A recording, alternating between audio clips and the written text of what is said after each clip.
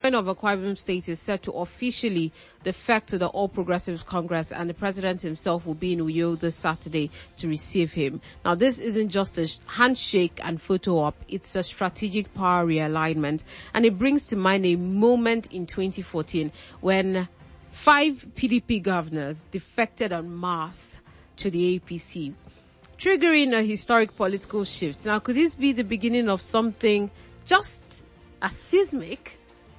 And just yesterday, the president was in Benue State on a working visit, unveiling federal projects with his, not federal project. He was in Benue State trying to commemorate or with the people that lost their lives during the recent killing in Benue State.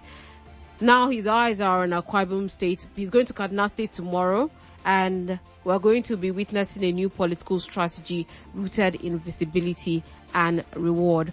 Join us on the melting point as we discuss this with our guest, who is a seasoned public and political affairs analyst and also the president and founder of Open Forum. Good morning to you, Citizen MKO. Thank you very much, Sharon. Good morning, and good morning to fellow citizens out there.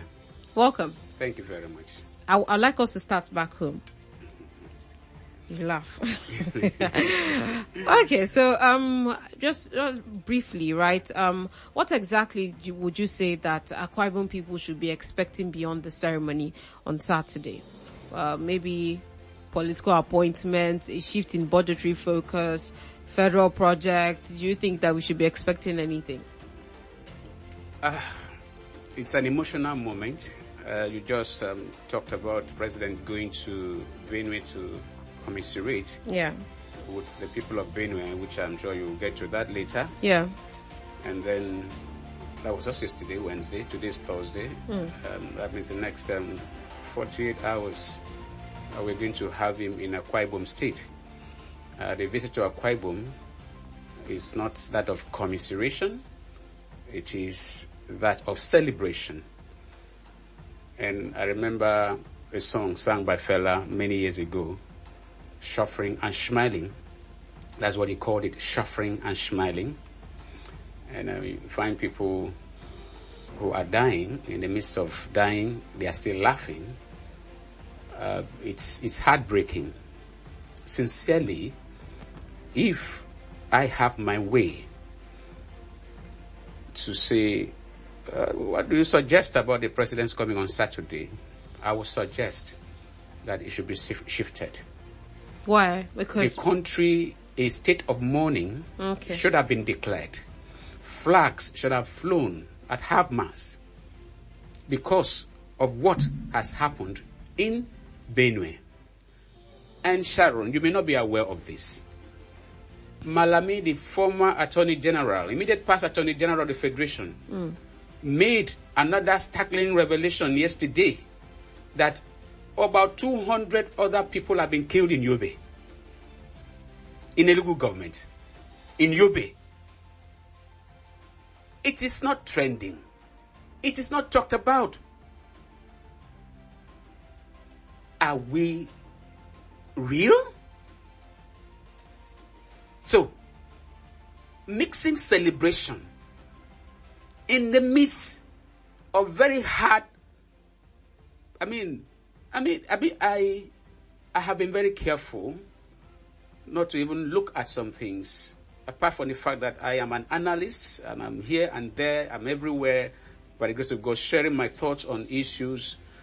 I would have avoided reading some things for my mind's sake, for my sanity, but I've avoided looking at certain videos, seeing people murdered in their homes, and then the next moment celebration takes place. So, be that as it may, life goes on, and while it goes on, like you rightly asked, what should we expect?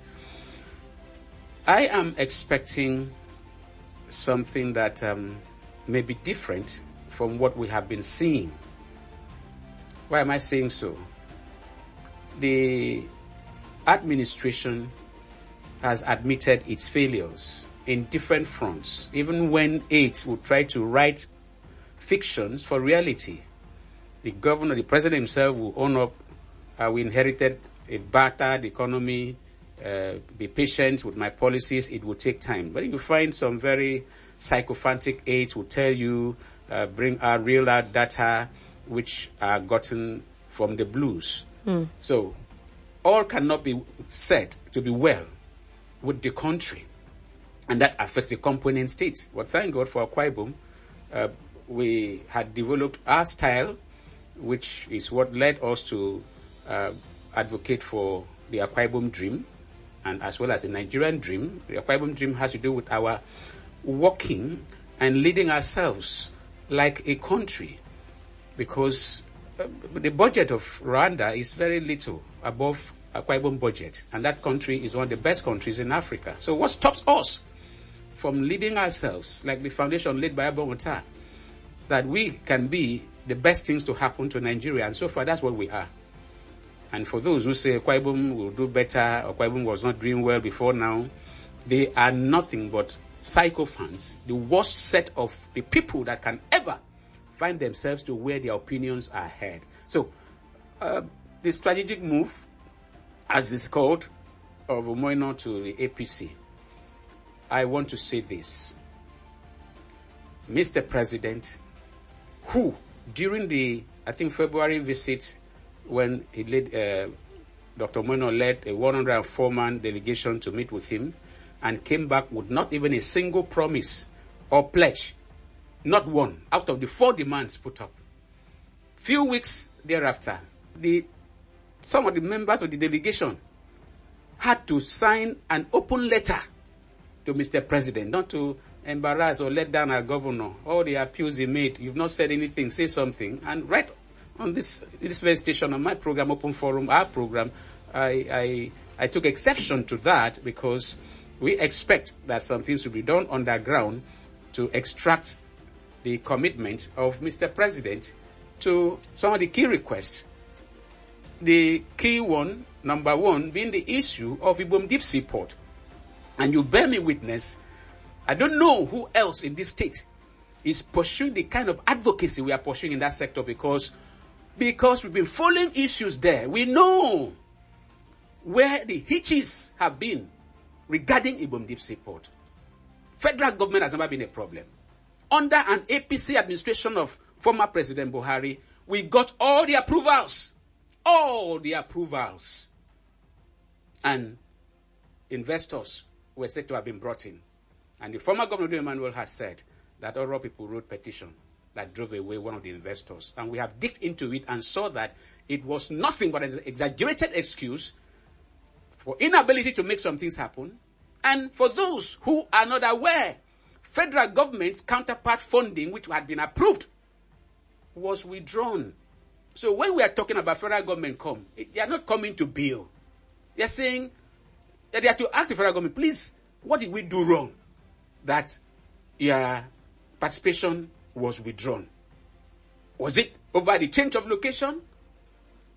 From what has been known as a natural death, which Obba Ota was so conscious and was so selfless to have identified the backer. And in the core investors that came, who were later sacked, we know the story, we have the story. I've hosted even the man that brought the core investors under Obba Ota. What were the issues? Those are things that can be done at the background, sort them out. And then the federal government will come back, because federal government needs us more than we need the federal government. And I've said so here and elsewhere, the center of Nigeria is Akwa Ibom and South-South. The center is not Abuja. When you don't understand the question, you can never prefer the solution. So, the issue of Ibaka Deep Sea Port will be the greatest thing that will be talked about, or that will be expected. So what are we expecting? What are the information we are going to give? What were the demands we put up before the movement to APC? I can tell you, there was no demand, because of one thing and the other, part of it bordering on spiritual. That movement had to be done. For me, I don't care where Pastor Omoino is, whether on Unity Party, Zero Party, independent candidate. What matters is that we must support Governor Omoino. We must support Mr. President to deliver, and you will never be able to support them if you are a sycophant and you don't have the facts at your fingertips and you are not courageous enough to tell the truth, like one of those persons in Benue State who told the truth to power. And we'll come to that. So, Mr. President's coming. Yes, there will be dancing. There will be fanfare. Lots of money is going to be spent on just receiving new entrants into the APC. It shouldn't be seen as a model. It should not be seen as a model. It should be seen as something that the explanation may be some years to come when people will start to know that, there was something wrong. Something had to be done. I used to say one of the things my mother said repeatedly, because when counseling you use illustrations. Yorubas have a way with words. They say, if you lack words, you now use proverbs to find it. Something like, we are in the era of Odok. You must be careful how you pass by Odok. So, it's a strategic thing beyond who we are and against who we are supposed to be. So we have to make the best use of it.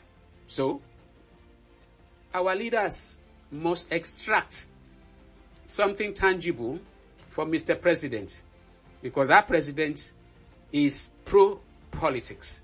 He is gifted. That is his brand. You cannot take away that from him. And so if you allow him to have his way completely, there will be nothing else than political statements and maybe statement in the passing. After all, even this support was promised. When he came for the campaign, I was going to do it. And when he talked down on Governor Dom Emmanuel, that small boy that lives in my backyard, I can send lizard and this to chase him away and all that, but because we are one, I will not do it. You heard the reply of the then Governor Dom Emmanuel. You even heard, or you must seen, the response of our now governor while he was campaigning against that very statement. Yes, that is politics. It's time to reconcile, but then come to the table with knowledge. I bet you a number of persons in the administration are not aware of what is going on or what had transpired at Ibom Deep Seaport or Ibaka Deep Seaport. And if you are coming to the table, you are not well armed, you just make a fool of yourself. So, if not anything, the sacrifice that the governor, let me call it sacrifice in quote, is making to move to the APC should be able to attract federal government to come back to a project they had earlier given approval. They had earlier given their commitment. And if that's what we are going to achieve from this defection and deflection, as I choose to call it, and mass exodus. You not call it movement. Far from it. Far from it. It's very wrong. No. You don't. As they've called this. No, movement. It's an error. It's an error. That's why we keep insisting. Look, Sharon, I've worked with certain leaders. I know the weaknesses of our people who are in leadership position. The closest people to them, majorly are sycophants. And two, there's what they call 48 laws of power. So if you are intelligent, you are brilliant, don't bring it to your boss. Because one, you'll be afraid. This guy is outshining me. And if you share with your colleague, I'm going to tell my boss this. He said, don't try it. They have said it to me. I tell them, don't wait. God forbid. God will hold me responsible. The kind of mind he has given to me, the kind of guts he has given to me, that despite anything, despite all odds, I'm still myself. What will I tell God? So, it was a wrong packaging. And I'm even seeing more wrong packaging even from some very eminent people who are writing their epistles on why the governor has to move. Talk less of these small aides who don't know any other thing than sycophancy. So, there are things you don't say. And if you say it, you must be able to, either try to show that it's a joke, but this is a serious part of it. But in a situation where you say everything and more than what should be said, there's no way you can expect that everybody will say, oh, that is a well-done statement. It is not. Movement has no mandate. Defection has mandate going with it. Sharon, you can't be married. Somebody comes to marry you, pay your dowry, takes you home. And then because you are neighbor, their house, they always have light. they have air conditioners, well-paved compounds, see flowers, and then you decide to move in there, that's your new husband. Who does that? Who does that?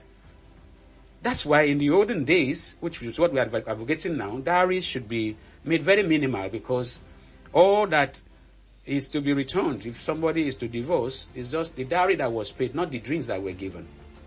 That dowry shows the license. If your license is withdrawn, you are not entitled to driving. So you cannot equate something that has a license, something that has a place in the Constitution, with just a passenger on the street who's looking for a vehicle to board or wherever. No. Those are very wrong terms, which we would never hold back in saying no, but we can explain, because what has led this to happen, that in fact, the only national party Nigeria has since the Fourth Republic has been the PDP. Other parties were sectional, regional parties. AD was a regional party. It became AC. Guess what? I was the pioneer deputy state chairman of Action Congress in Akwa Ibom State. I was the moderator at all the governorship campaigns of Mr. James Inyama and Atiku in Akwa Ibom State. I moderated Mr. Atiku's the presidential candidate visit. It was done at Ibom Plaza. Atiku was sick. He was in London. Ben Obi, his vice presidential candidate, represented him. I moderated that event. So I know these things. Which other party from the North? The North did not have party in the Fourth Republic because they were all in the PDP. Where Bongota, I think, designed the logo and even gave the slogan of our own Bongota. The party was formed as G34 by Alex Ekweme, former vice president under Shagari. So, the only national party, but because certain people who were promoted beyond capacity felt they could eat their cakes and have it, they betrayed the South, including our governor here. He became the chairman of the presidential campaign, including the man that the meeting was held in his state, Okowa. He became the vice presidential candidate. And I laughed. I said, these people, the story will be told of how you betrayed the South. Okay. For personal reasons. So, that is what has led to the weakness of the PDP. But still, why is PDP weak? Because we have very weak governors in this era who cannot rise up to do the needful. Yeah. Yes. You said something. I was going to ask you something about the loyalty to the PDP, but you have said something that a number of Akwa Ibomites actually relate to. This defection, the reason that was told was said, we need to align Akwa Ibom State to the center. You have said that Akwa Ibom State or the South is the center of this country. We are feeling the country. Without the South, without Akwa Ibom, where is Nigeria? A number of people are expecting development, especially in the Ibom Deep Seaport part, expecting that a number of developments, since we are being aligned with the center, would kick off. And I have made it clear. A number of those talking about Ibom Deep Seaport and what the federal government should do are not aware of what has been going on in Ibom Deep Seaport. I've become a resource person in that sector. If you ask them what is the point that thing is to be cited, a number of them, they don't even know. They don't know what it's called, but we have made it available here. Okay, so you're saying, so what you're saying in essence is that you don't see a possibility of it kicking off. You don't see a possibility of us having the you didn't get me right. What I've said is, Akwa Ibom, with the coming of Mr. President, who did not accede to any of the requests that were made when we visited, which even led to an open letter being written, which I felt embarrassed that could happen. Even the speaker also signed that open letter after the visit to Mr. President. Who does that? What is there is that we never negotiated. Our Senate President, who is one of the primary sources of the support that the Moino had given to make sure we retain that such a glorious position, he could not, in his capacity, bring that to cause us to say, we are following because the Senate President has done this. But Umoino is pioneering this thing and using that as the main reason. And I'm saying we never had problem with federal government. Federal government under Buhari and APC president that we never supported, we never visited. And let me say this on air. I, as then Secretary General of the Elders Forum, working with the then chairman, who was very receptive to ideas, you need to see the labor we put in to be able to see how we can have a delegation for Akwa Ibom State visiting Mr. President. I still have the letters and the efforts we made. And some of those things are going to be documented for posterity. We never could have a leeway to go and meet the then president. Thank you for what you're doing. Buhari gave more than whatever any other PDP president gave to Akwa Ibom State, though we didn't vote him, including approvals for Ibom Deep Sea Port. Now, we had Minister for Transport as Amechi. We had a person in Nimasa. Everything that we needed were given and they are documented. But whatever happened, federal government withdrew. Not under Tinubu. The same Buhari. Something went wrong.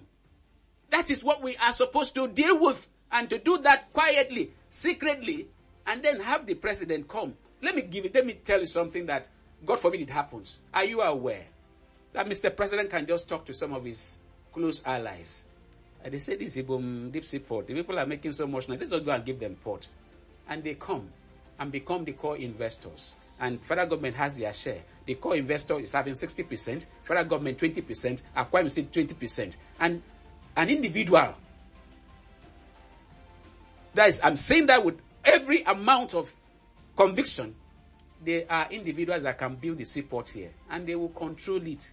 And they may put the terms, next 70 years, they will control it. We'll have the name of owning the seaport, but the major thing will be able to have control. So there's a level you make yourself beggarly. People will just know that you don't have the negotiating power. So Ibom Deep Sea Port is not a thing that federal government is coming to build. And nobody has ever said the state was supposed to build Ibom Deep Sea Port.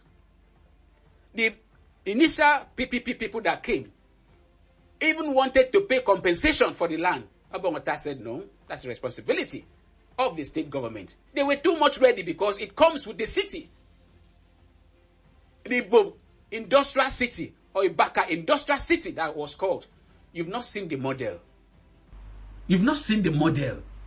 It's not something of that. I mean, it's we should be very embarrassed that certain things that happen and people who should be held responsible are the one talking as if what do they know? What do they know? We know more than the level that we are operating, and because we are giving ideas to our leaders, we won't stop talking about it. So, Asiwaju's coming is not federal government is going to bankroll Ibom Deep Sea Port. If we ever allow that, we are doomed. We must have the negotiating power. What happens to the core investors that the former Governor Manuel used to talk about, which we have no fact that is even available in public? What happens to the initial investor, which you may never know this? The man committed suicide when he had the problem that the case went to court and he lost. So we must be able to have thinkers, not even executive psychopaths, toilet of these other ones that didn't know any other thing than being attack dogs and all of that. You must have the facts before you can come to the table of negotiation at such a level. If the federal government or through Asiwaju, who in his state, Lagos State, they are having the fourth port, seaport, not deep sea port. They are dredging Lekki now to become a deep sea port with over almost 3 trillion. Something that would not even happen here because they have a natural debt. And people, like the governor said then, he will never have seaport because they will not allow it happen. Now that we have changed the tone, we must come from position of knowledge and negotiate to protect our contribution and be ready to also bring our counterpart funding to say, this is our 20%. Thank you, Citizen. Yes. In 2 minutes, are you expecting more cracks in the South? I want to limit it to South-South, but let me just say the entire South's long-standing loyalty to PDP, maybe South-South and South-East. Well, it's like something I read about population. It's a population is not about number. It's about people. So when you are looking at, the South or PDP, North or Southwest, it's not about the name of the party. Right from the 2023 general elections, where people left party and they were looking for who it was to salvage Nigeria, we saw the move. Remember the obedient movement. PDP obedience, APC obedience, Labour Party obedience, other parties obedience, until the abracadabra took place. So that is playing out forget the name of the party. Except Nigerians are as gullible as some people think they are, which is not true. 2027 is going to be the people versus the system. Okay. Because there's a galvanization of the parties. And like Asiwaju himself has said, that he does not, nobody should expect him to go and help them build a opposition party. That he stood alone and fought the PDP under Obasanjo. So if you are timid and you run away from your party, I never did. And now, for me, I am very happy. In fact, seeing you fail makes me happy. That's the president talking. And it is so clear. So if you want to lie for Mr. President, you are deceiving yourself. So anybody that wants to look at party and say, there's nothing wrong, this Mr. President is not sleeping. His best bet is in politicking, and he's playing that out. So forget about PDP or APC, because as we speak, there's no greater opposition in Nigerian politics now than the ruling party. The things that the members of that party say and do within themselves is greater than whatever other opposition parties have been doing. Then secondly, I said this at the CRAN Converge, to which one of the civil society person, Comrade Nathaniel Ifut, had also earlier alluded to, that ahead of the elections, the opposition parties are the civil societies. They are the ones that will tell the truth. And I want to add, the opposition party ahead of 2027 are the media who will tell the truth for people to make informed judgment. Another opposition party, in fact the greatest, is the APC. They are the ruling party and they are also the opposition party. Because if you know what is going on and if you have the capacity to look ahead to imagine what will happen, you will know that the greatest opposition party is the ruling party itself. Right. So we're in an unusual time. Thank you very much, Citizen. Let's talk about the president's condolence visit to Benue State. Now, after repeated mass killings in Benue State, the recent one being 200 in Yelewata community in Gumaluku government area, the president visited yesterday. And he constituted a committee with all the former state governors, and he also instructed the service chiefs that they should start arresting people who are the criminals and all of that. But in all of this, he has asked, or he has said that there is hope and that it will repeat itself. Hopefully, when everything is like the think tank, they swing into action, the service chiefs also swing into action. But in your opinion, what concrete actions should follow the president's visit? You can never take any action that you may want to call concrete or even a palliative measure if, like I said earlier, you don't know the problem. As a student, you must be able to understand the question before you attempt to start penning down your thoughts. And from the press statement made by, what's a man called at the villa, Bayo Onanuga, it gave out the presidency and the government as either being totally bereft of ideas, what is happening there, or they are tactically avoiding it or trying to protect a particular interest. And what was that? It was the statement that what is going on in Benue is reprisal attacks,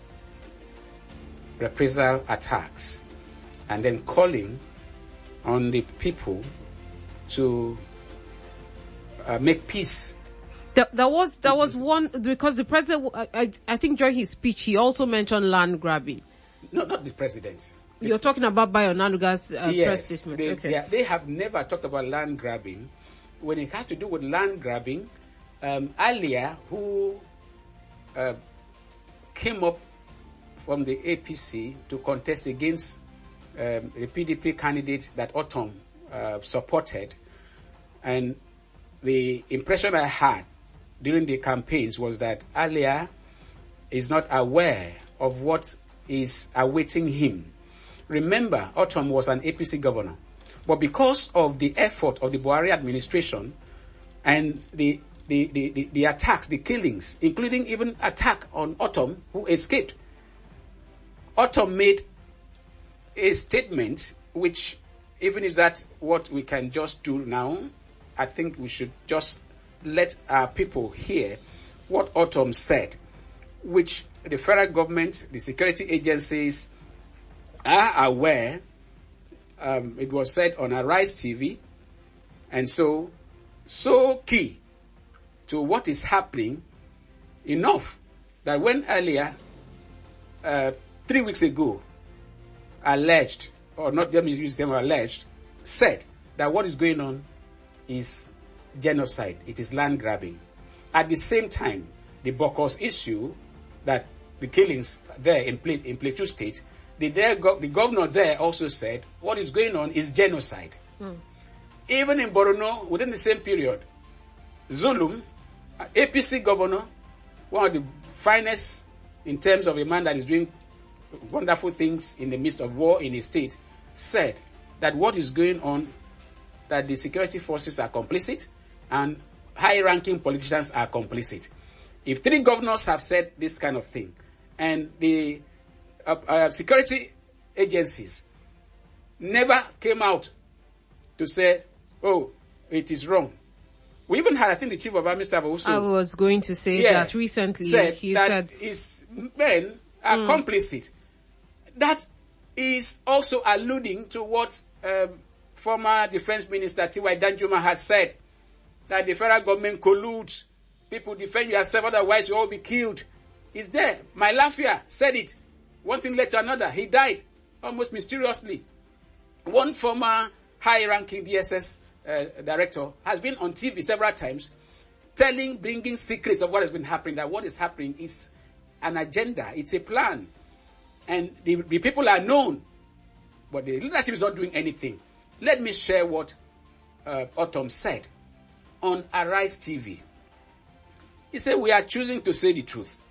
Even if we are going to die, let us die. And let tomorrow appreciate what we said. And as far as I'm concerned, the federal government is complicit. The day they want this insurgency to finish, it will be done. Actively, they are working with Turkey, and they are working with Saudi Arabia. They are working with everything to Islamize. But the real agenda is to take over Nigeria. And all these insurgents that you see happening is from Mauritania, is from Senegal, is from Cameroon, is from all over the place, trying to ensure that the indigenous people of this country do not have a say. But the Fulanis have a say. We are not against Fulani people. In government here in Benue said, I have Fulani people who are in my government. I have no issue about Fulani's indigenous people. Everybody in this country, Nigeria comes from somewhere. Even the 3 people where I govern today as governor, they came from somewhere. But we have settled. Today, because of the rising population, there is no way you can say that the thief people of Benue people should leave Benue to go to Cameroon. Where is the land? To go to where? Where is the land? And so this is the main problem that we are having in this country. If this government will appreciate and stop deceit against the people, we shall all work as a team. As a team, Nigerians, wherever we come, let us cohabit and together and live together. Beware, a particular ethnic group wants to take over the country and make some of us slaves. I can never be a slave to anyone. It's better I die. I'm not be alive. I cannot be a slave to any foreigner. It goes on and on. Just one paragraph remaining. Let me stop there. So what are we saying? The video is there. I will send it to you. It was on Arise TV. Clearly. And recall that the governor of Bauchi, Bala Mohammed, still the governor, also on a national and international TV station, said that Nigeria is a land of the Fulanis. Wherever they are, this is their home. If you are from Bayelsa, a Fulani is from Bayelsa.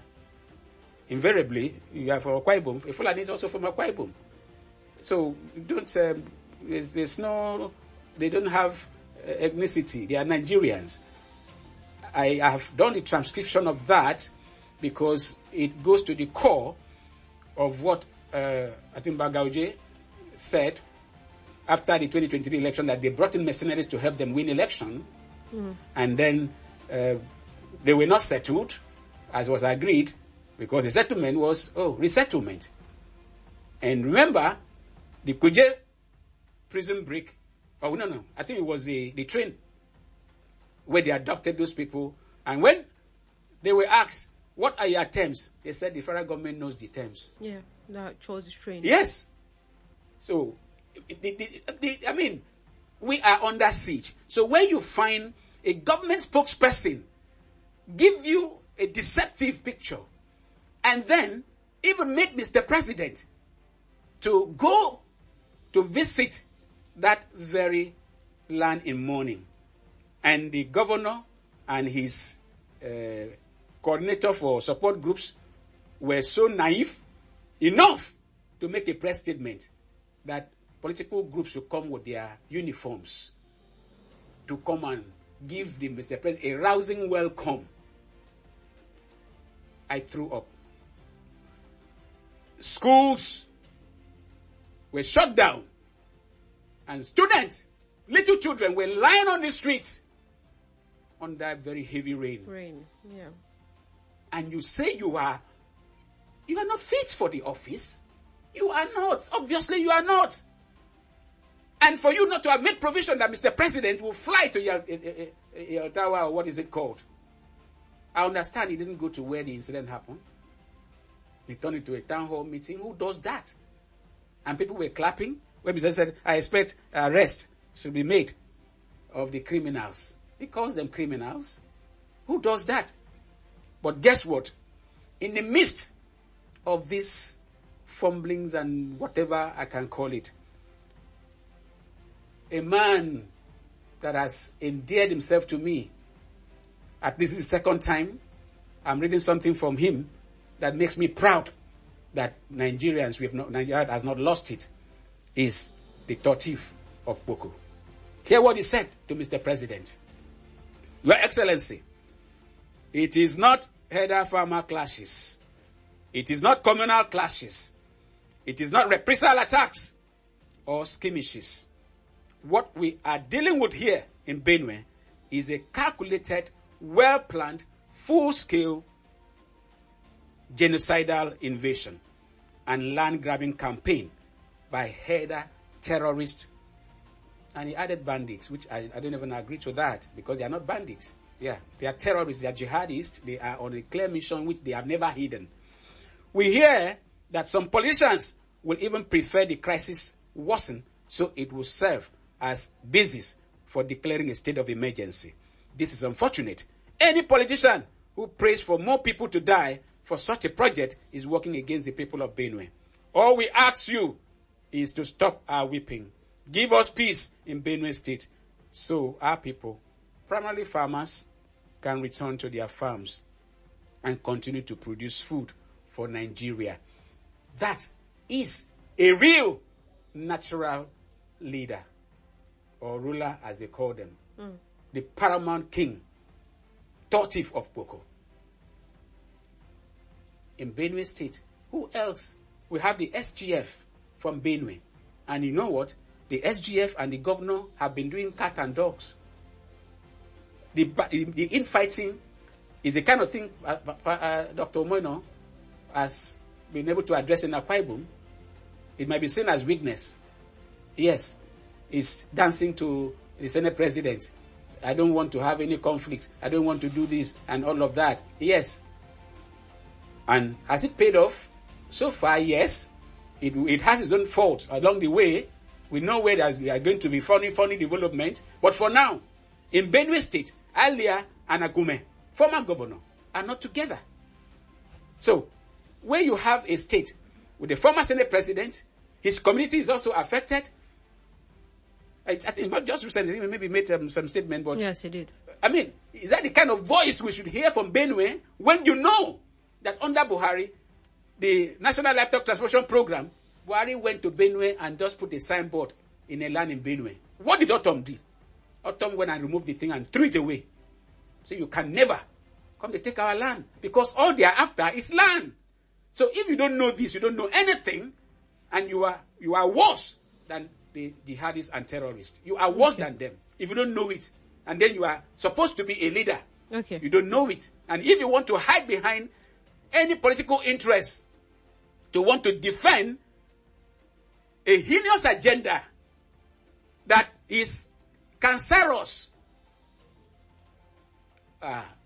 God's intervention has to come. Okay. Thank you very much. You said that they didn't talk about that the president never talked about the land grabbing issue, stating that it's a land grabbing issue. He did actually yesterday. He said it, that the situation in the state was about land grabbing. He, however, said that there is enough land to accommodate and feed everybody. This is gotten from the Nigerian Tribune newspaper. I got that. But the reality is, did Mr. President come with the mind to even mention anything about land grabbing?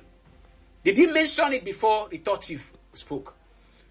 If you are visiting a problem scene, for instance, two communities are fighting, and then the governor, like it happened in Akwa Ibom State, where we have the State Civil Service Training Center along the Kodapena Road, a very, very small parcel of land, but it claimed lives. It destroyed people's welfare, lives were destroyed. Okay. What did the governor then do? He went there, took over the land, and built that center, and that problem ended. You go with a possible solution, but this one, there was nothing like the possible solution, because the solution is not make peace, like they say. Make peace with who? Are they indigenous people? Open grazing was banned. Autumn enforced it as much as possible, and even had to defect from the APC, moved to the PDP, and still won election because his people stood by him. So you that came to take over, you thought it was going to be a tea party? No. Those looking for the land, they know why. They couldn't do it in 18-something during the jihad. And because there's a clear plan now, you can't stop people who have an agenda. It's not for you to also have your own agenda. Thank you, Citizen. Yes. Thank you. Just to state before I open the phone lines that the president has also requested the governor to provide land for him to establish a cattle ranch, saying that when we leave office, in quote, we will be sharing the profits. Yeah, so we'll open the phone lines now. 0803 085 7755, 0803 085 7755, or 0809 066 6909, 0809 066 6909. WhatsApp number is the same number, and then we're streaming live on Facebook, Memories 965 FM. Hello, good morning. Hello, good morning, the guys. Good morning and welcome. Good morning. Yeah, your voice is fine, but let me just go ahead. My name is Joseph Mbifom. I'm calling from Ibono. Okay, talk to us. Very briefly, I want to speak on the issue of Mr. President's comments yesterday. To me, I think he was giving a soft landing to this terrorist. It's my opinion. I see that as a soft landing. Because how will you say the governor should bring in or speak with other the former governors and all the interest groups, including non-indigenous and all that they should reconcile the warring parties. And who are the warring parties here? I grew up at Obudu. They used to have land issues between part of CV and Obudu. It's not the extent that people will go to people's houses by night and kill women. So, I mean, there are people who are not playing to a script. In 2020 and 21, I listened to a particular radio channel, I will not mention the name, but it has instant descent. They told us everything. Number one was that Mr. Tinubu will be the president, and it has happened. Number two was that the people of Benue State will continue to suffer until a particular group is allowed to invade them and introduce their own way. That is what they have vehemently opposed. I heard it from that channel, and it will not end. And that is what's going on. So I think our politicians will begin to say the truth. Okay.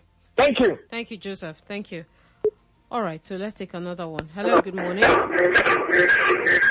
Hello. Please walk away from your radio set. Yes, good morning.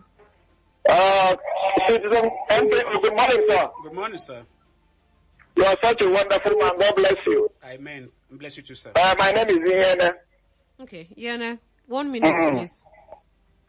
Okay, about the issue of Benue and that of Akwa Ibom, I think it is not really right for the president to, make a statement that makes it sound as if non-state actors are, in a way, a stakeholder in the Nigerian project. I don't understand when a president should call for negotiation between terrorists. I just don't get it. And so, let us just wait and see, the coming days. Okay.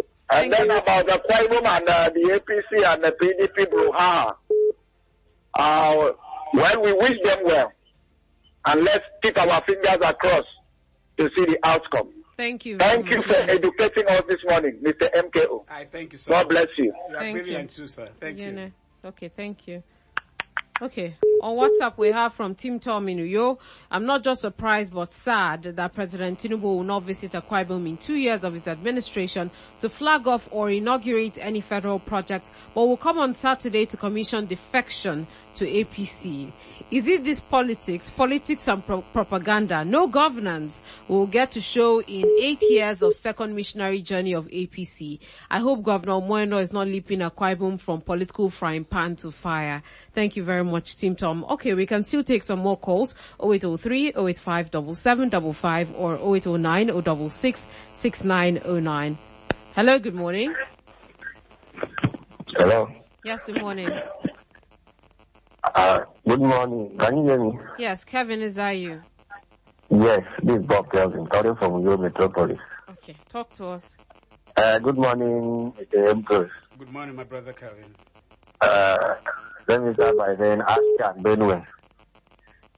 What is going on there with Benue, the president visit to Benue, to me, one side is commendable because when the president did not go, they say the president has not went there.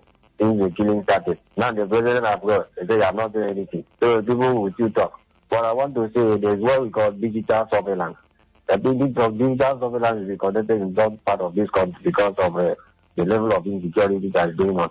But it's better to state and identify the problem because if you don't know the problem of the particular thing, you may not know the solution. So now that I've been able to identify that these people are not herdsmen, they are terrorists, I think there should be another way around of investigating those people and free them out. So they should not be calling headsmen again, meanwhile they are terrorists, killing people left, right, and center. Okay, thank you. And my question to the MGO is that, if people are saying they should declare a state of emergency in Benue, are they going to remove the governor? Is it not going to be because I don't see the governor being wrong there. If they say they should declare a state of emergency, are they going to remove the governor there? Thank you very much. Or is it possible for the governor to speak today? Okay, thank you, Kevin. Before you come in, I don't think that we Nigerians or even the government have established what name to call these people because we hear different names. It's bandits, terrorists, jihadists, headsmen, and all of that. You can't go by what you hear because those things are coming from dedicated sources to protect the agenda. If you are not aware of that, like I said, then you are not even ready for the conversation. Like a very good question Kevin just asked. Those are saying declare state of emergency. That has been muted by certain persons, and they have been clear about that. Declare a state of emergency.